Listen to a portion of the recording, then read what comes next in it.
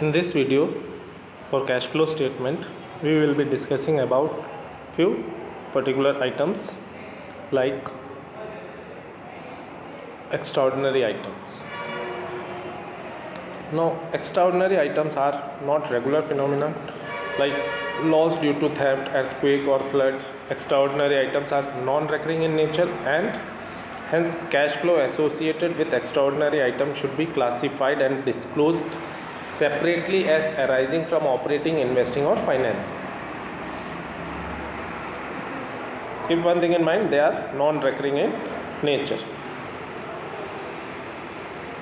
Interest and dividend. In case of financial enterprises whose main business is lending and borrowing, interest paid, interest received, dividend received are classified as operating activities, and dividend paid is a financing activity. And in case of non-financial enterprises, in payment of interest, dividend are classified as financing activities, whereas receipt of interest and dividend will be classified as investing activities.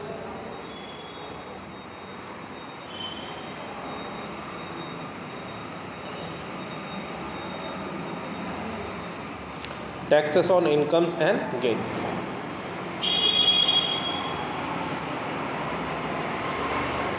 Now see, cash flow arising from taxes on income should be disclosed separately. Okay, like if it is related to operating activities, then cash flow from operating activities. Otherwise, it should be clearly mentioned as financing and investing. Like tax on operating profit should be classified as operating activities.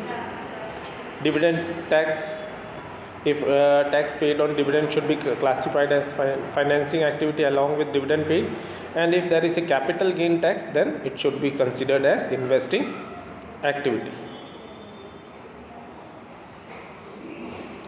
Non-cash transactions. Now see, when investing and financing transactions do not require cash, okay, then it will not be included in the cash flow statement. Like a machinery is purchased by issue of equity shares or debentures, then it will be considered as a non-cash transaction, so it will not be included in cash flow statement. Proposed dividend. Now, as per accounting standard 4, contingencies and events occurring after the balance sheet date, okay, like proposed dividend is shown in the notes to accounts.